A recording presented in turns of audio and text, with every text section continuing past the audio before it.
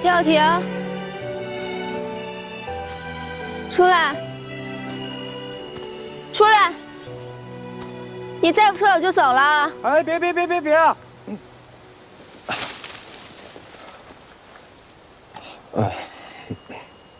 这秋千你做的？啊，是，这些木头我都浸过药水，书上说这样可以防止蚊虫侵扰。你手里拿那个做什么？哦，我在那边种了几棵桃树，明年这个时候便可以开花了。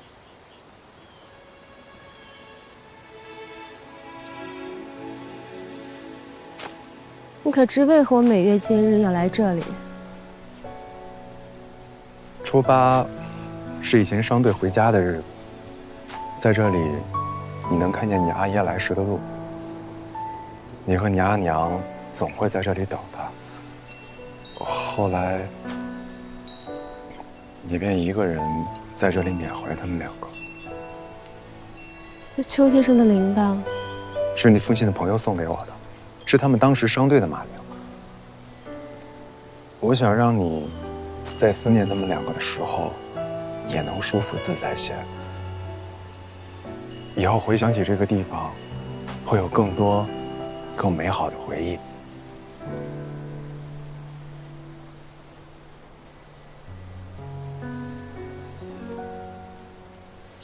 是我哪里做的不好吗？你做的很好，我很感动。但我不是未经世事的闺阁女子，情到深处时，谁不是义无反顾、百般动容？但是日子长了，谁也说不准以后会变成什么样子。所以不想再与你承诺些什么，我会做给你看。为何如此执着？能找到源头的丝线，我总能将它们整理、收回。可有些丝线是找不到头的，千丝万缕，密密匝匝，无法收回。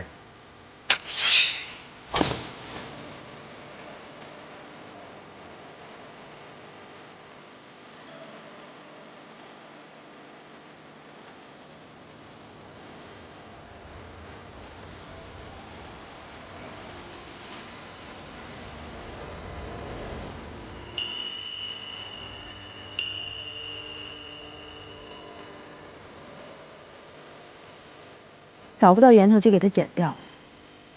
萧婷，不要再靠近我了。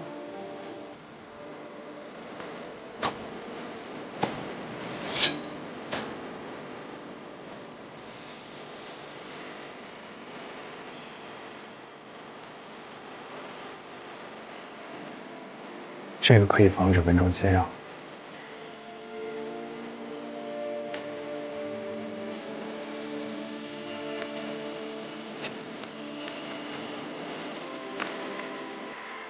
我先告辞了。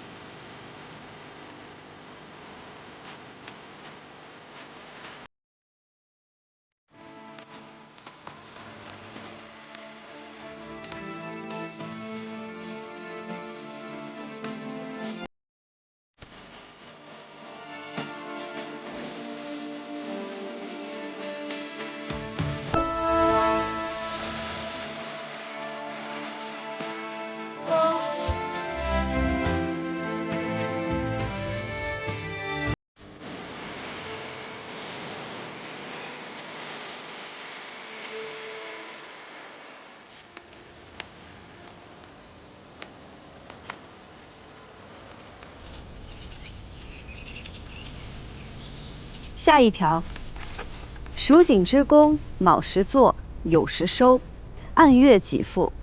旷工1日，扣除1日工钱；旷工10日，扣除当月工钱。这不合理吧？哪有人卯时就开始做工的？这是不是没人性了吧？没有人卯时起来做工，你辰时喝的粥是谁熬的？你午时走过的干净的大街是谁扫的？那是仆人，这匠人也是工人，也是要赚钱生活的。那也不合理啊！旷工10日，凭什么扣除1个月的工钱呢？织锦不比其他行业，旷工1日尚可赶工补救，可若这10日便需要找人替补，否则整个锦房的工期就会延误，要赔付订货商一大笔钱。而这替补人的工钱便向来是从旷工的工人身上出的。啊，那这就合理了。哎，英英，我就说我不行，你非让我来，我还是回去吧。你坐好。今日本就是想让大家从自己的立场上各抒己见。咱们有老有幼，有职工，有染户，有局内人，也有局外人，这样这规矩的是非好坏才能更全面地讨论出来。其实你说的也没错，旷工10日扣除1个月的工钱，这确实有点不太合理。蜀锦业是有其特性，但织工者做工也是为了赚钱。若非不得已，他们是不会愿意旷工的。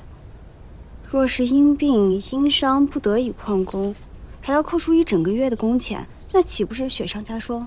对呀，也就是这意思。小娘，要不你是我知己。啊，那个爷的意思是说，小娘说的对，这个确实有点不合理。大家觉得还有什么是不合理的地方吗？都不合理。赶马的人才不会在乎马是怎么想的。这跟马有什么关系？谁要买马？于掌柜。诸位坐。没有人要买马哦。我们是在讨论锦业规矩呢，因为有一些规矩过于古早，而与时下事情不通，有些则看似巩固了当下利益，却阻碍了长远发展。所以今日我就拉着大家一起聊聊，看看有哪些地方是不合理的。希儿又胡说了，有马什么事儿？不，希儿想说的是，这规矩是发钱人写的，自然是站在发钱人那边，没有哪一条是向着做工的。与其问规矩是否合适，不如问自己站在哪一边。你想站在哪边？我是发钱的人，可也是做工的人。我站哪边无关这些，我站在道理那边。我不想辛苦织锦的工人，连片块蜀锦都买不到，不会如刘伯一般不明不白的就被赶走，不会生了病也拖着不敢去看。大善人。当然，我也是想赚钱的。对织工好和赚钱并没有冲突啊，他们生活好了便更有干劲，那做出来的东西也更有价值。那就这样，咱们再添条规矩，干得好的多给他钱。这样确实可以双赢。等把规矩理清楚了，可以先在咱们家的新景房里试试一二。有些规矩还可以用在飞花会上，染织不分家嘛。对。我年纪大了，这些学徒们是余家的未来。刚才的话你们都听见了吗？有什么想法说说看。说两句。怎么了？我这些学徒们都成哑巴了。师傅，徒儿觉得人都是会死的。于怀恩，学我者秃头。啊？为什么秃头啊？我薅的。这么事儿。徒儿的意思是人会死，规矩为什么不可以死？山会变成海，云会变成雨，自然的事便该自然更替，自然发生。啊，不错，有悟性啊！看来我余家日后也要顺其自然喽。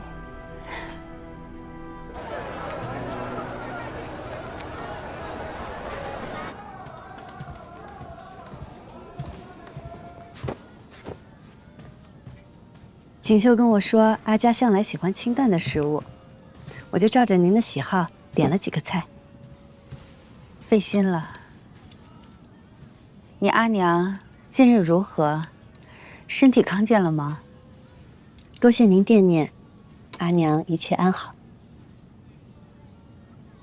既然回去了，就多待几日，好好陪陪她。其实，我没回杨家，并非要照顾阿娘，而是，如今我还没有回到杨家的底气。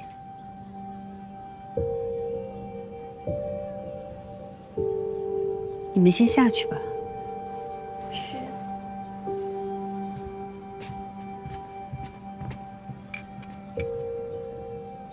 可还是想着小样锦的事，有点难过。是，也不是。经过这个小样锦的事情，我倒是看明白了一些事儿。杨家、本家和旁系生意联系紧密，因此在生意上能一致对外，令杨家固若金汤，这也是杨家兴盛百年的重要原因之一。但是有利也有弊。杨家的这一套宗亲制度太久了，久到已经开始僵化和腐败了。如今，比起从外人口袋里拿钱，叔公们好像更愿意从自家口袋拿钱。你跟我说这些，就不怕我烦？这不就是阿佳想让我看到的吗？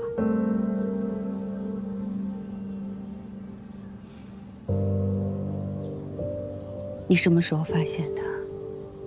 阿佳明明知道我去了宴会会与宗亲发生争执，您还是让我去了。阿佳怪我与二叔公作对，却给了我铺子，让我有根基与二叔公对峙。又通过小样锦事件，让我彻底看清杨家制度的弊端。就连锦绣，这个格外懂规矩的丫鬟，不也是阿佳有意安排的吗？那你觉得我安排的这些是为了做什么呢？阿佳需要我，需要我这把刀，劈开腐朽，重整杨家。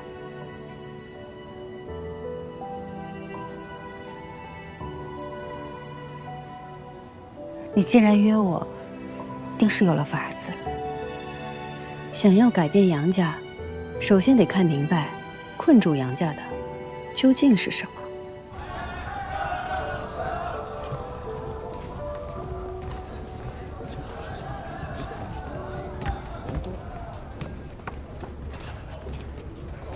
哟，诸位叔伯都早到了，哈，是我来晚了。那这样啊，我呢先自罚一杯。好，看见没有？我说什么了？没穿官服，那今天来的就是我们的三郎贤侄，而不是杨督察。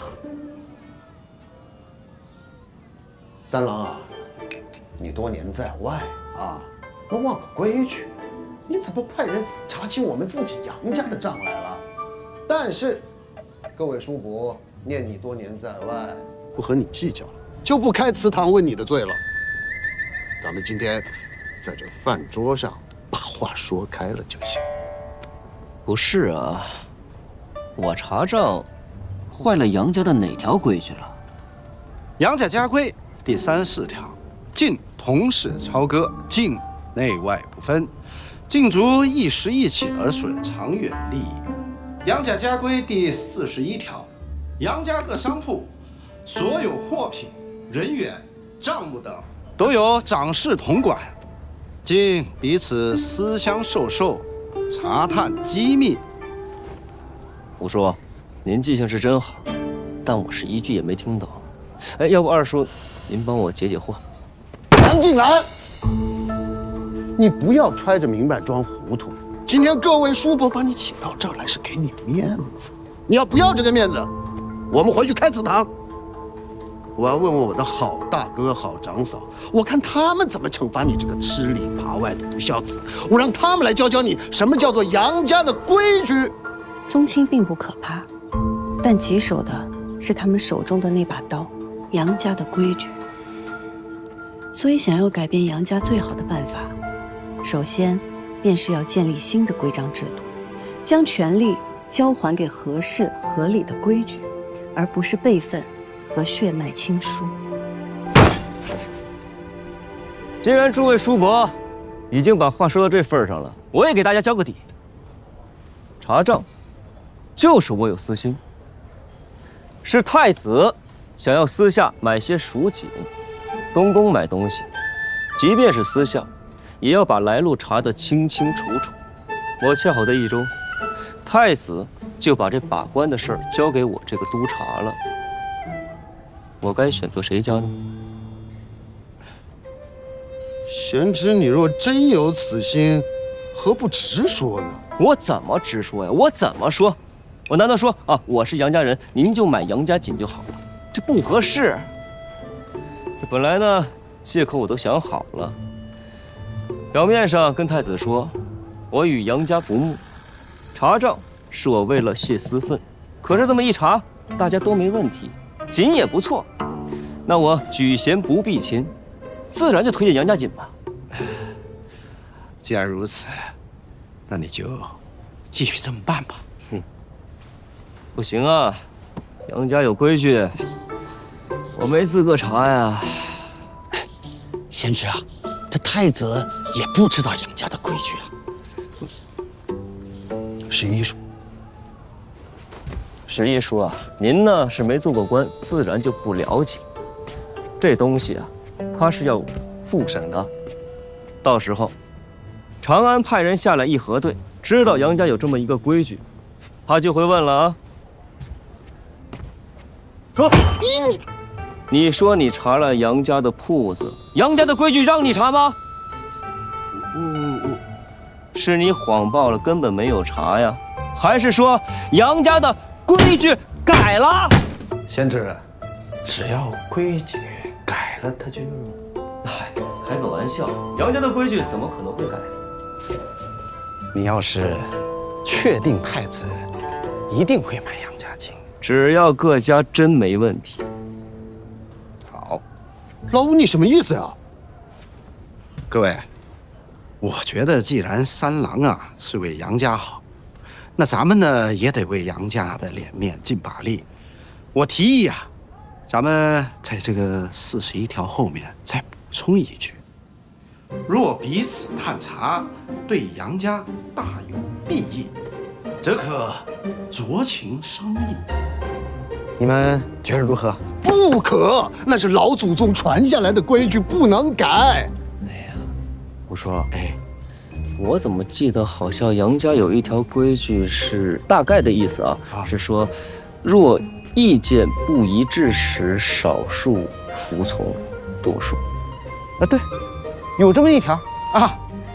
这样，同意补充一句，咱们同饮此杯。好。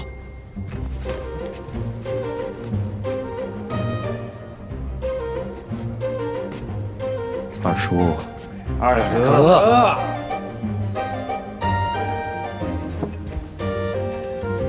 瞧瞧，杨家的心不是挺急的吗？那这规矩啊，咱就改了，改了。您看，这规矩还是能改的。可你怎么能确定，你改的新规就一定比旧规好呢？不确定。所以要试。我已经将杨家设计锦业的规矩都整理出来了，跟大家逐条讨论。我们会优先修改和完善其中最重要的3条，在飞花会和季家锦方实行。还想请阿家一同拭目以待。原来你要革的不是杨家，是锦业。我要革新的是所有不讲道理的规矩。若我此次尝试能有成效，阿家可允我也在杨家一事，或者说，阿家可敢一赌。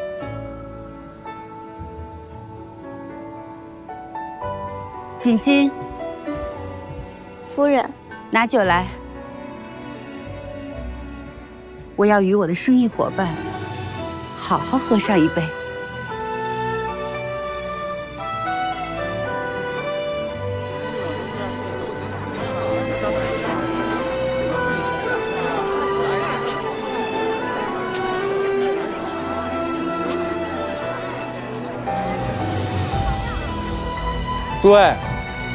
诸位不必担忧我们作假，这些都会写进契约。有意来季家锦房做工者，请进里面结契。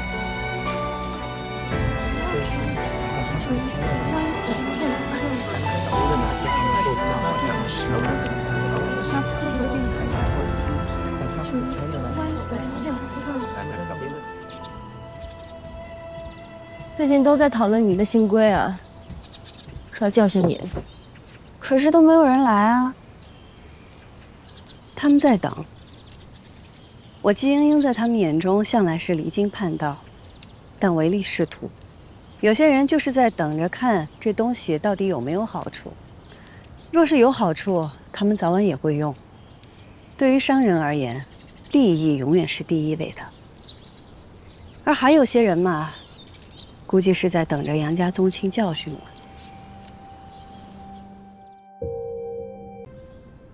莺莺，你向来是谋定而后动，今天既然开了口，难道真的是有了法子？多谢阿家阿公信赖，配合于我。莺莺的确有个主意，我想借益州地理优势，开通外藩商路，以真正破局。开辟商路？既然长安城的贵人们被一时蒙蔽，那我们索性就把锦卖到别处去，让他们看看，无论怎么诋毁，我们杨家的锦永远是寸锦寸金。而且，若是开通了商路，不仅这批锦能卖得出去，还能带回更多的订单，真正打开杨家的销路。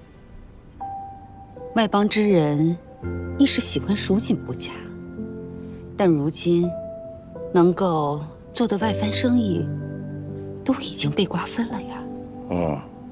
所以，我们要走无人走过的路，从益州起往西南至吐蕃，圣地秘境遍布，皆是生意契机。不行，不能去。那条路艰险得很，不是天灾就是人祸，不能去。哎呀，不妨事，我与夫人同行，我定会护住她的。你去就没危险了。你神仙呐，还是能开山凿路啊？去！你不是认识长安的人了，把东西卖给他们，你们带上锦，跟我们一道去长安。阿公，锦无论如何我们都能卖得出去，但是挽回杨家名声，并非一夕之事。我们由外而内，开通商路，杨家的名声也就回来了。这是杨家最好，也是唯一的出路了。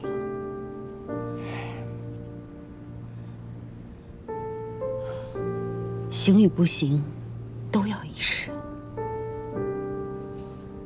在你眼里，生意比生命还重要吗？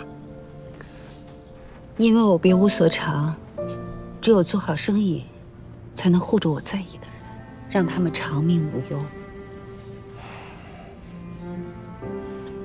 莺莺向来敢为人先，我信他，也信森郎能护住他。这事儿不像你说的那么简单。哎呦，放心吧，阿爷。放什么心？你刚才叫什么啊？叫什么来着？没听到就算了。不是，听到了，听到了，你就不能再叫一声吗？啊？你最好把人给我完整不缺的带回来，否则的话，我打断你的腿。啰里吧嗦的，放心吧啊。那好，那咱们就各自去准备。我跟大郎去长安，我留在益州斡旋。我和三郎筹备地图和文书。好，好，好，记住，平安为上。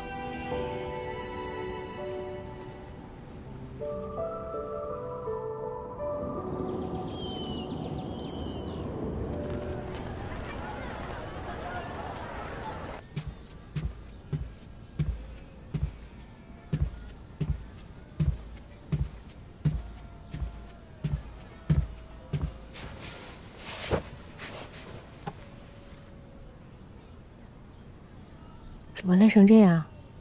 杨家逼你做长工去了？哎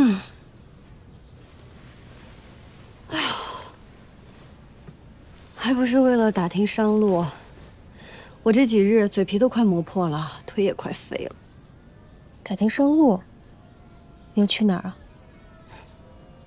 我想把杨家的井销往番邦，可是西南边陲人迹罕至。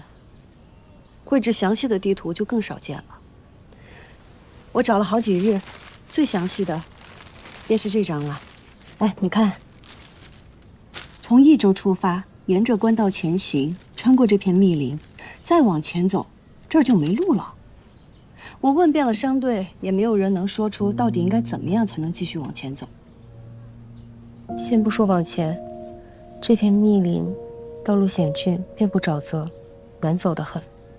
难走不代表不能走，人家把路都画出来了，那就说明是能走的。现在最关键的是这个没有路的地方。你家以前是走商队的，你帮我看看，这到底该走哪边好？是走山路好，还是走水路好？水势湍急，山路险峻，都不好。那要是从这边绕一下呢？这里倒是地势平缓。但盗贼丛生，一不留神，人祸两失。果然是行家，什么都知道。那你快帮我想想办法呗，行家。开辟商道，收益颇丰，但是若轻易可得，人们便蜂拥而至，哪里还轮得到你？这条路，连一般行家都不敢轻易尝试。英英。你要是真的想帮杨家，大可以再想一个其他的办法。这条路真的难走。但凡有其他的办法，我也知道这很难。可是杨家如今的局势也很艰难，我不能不管。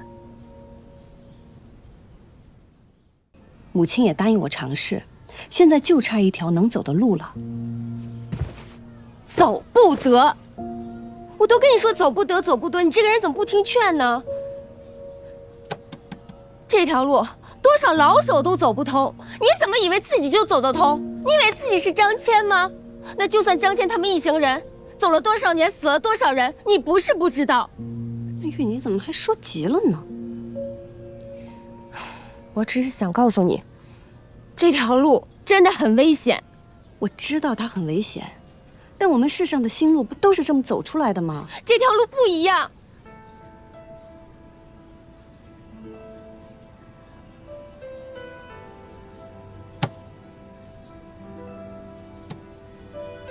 这叫夺命谷。我阿爷当年就死在这儿。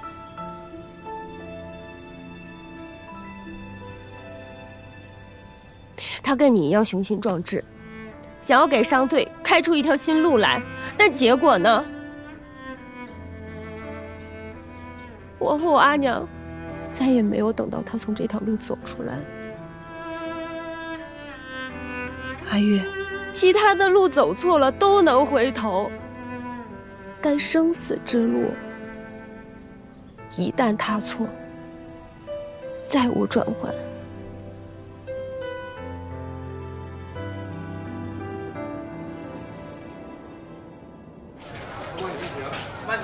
白某听闻晋娘子在寻找一条从益州到吐蕃的商道，今日特意带了一张舆图过来，希望可以解晋娘子之惑。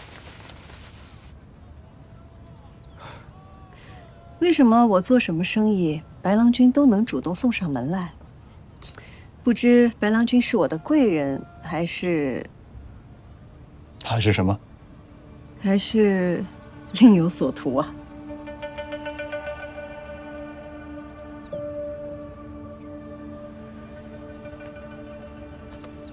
被季娘子猜中了。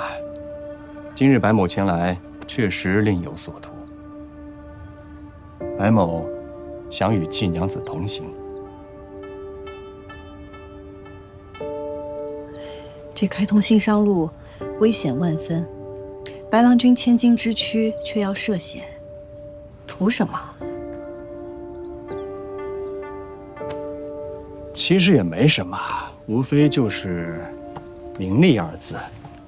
先说说利吧，开辟一条新的商路，有多大的风险，就会有多少的收益。沼泽、山匪，很多人都会被表面的危险蒙蔽了双眼，殊不知，开辟一条新的商路，若是成功了，这通商的不仅仅是蜀锦，还有地毯、香料、草药、绸缎，这每样都是价格不菲呀。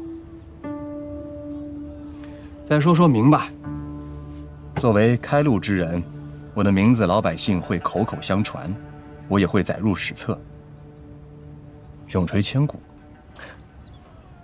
这样难道不够诱人吗？是挺诱人的，但英英还是不明白，白郎君家财万贯，雄心壮志，又有这余途在手，为何不雇人去开路呢？其实说到底，这蜀锦是出自于益州，出自于大唐。在外邦人眼里，只有大唐才算是泱泱大国，也只有大唐才会出奇珍异宝，这每一件都是真正的珍品啊。而我呢，只不过是一个南诏的客商罢了。我的出身实在不值一提，而且这将来的路上还有重重关卡，这大唐的文书还是很好用的。难得白郎君如此自谦。季娘子想听实话吗？怎么，刚刚不是实话？刚刚说的是实话，不过不是最重要的。最重要的是能够和季娘子同行。若是换成别人，白某未必会去。白郎君何意？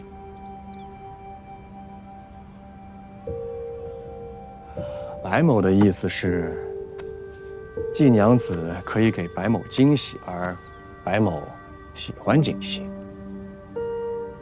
就当是白郎君夸我了。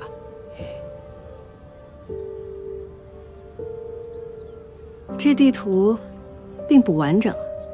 确实啊，上面有些路白某也不会走。不过话又说回来了，如果这条商道你我都会走的话，那何谈开拓呢？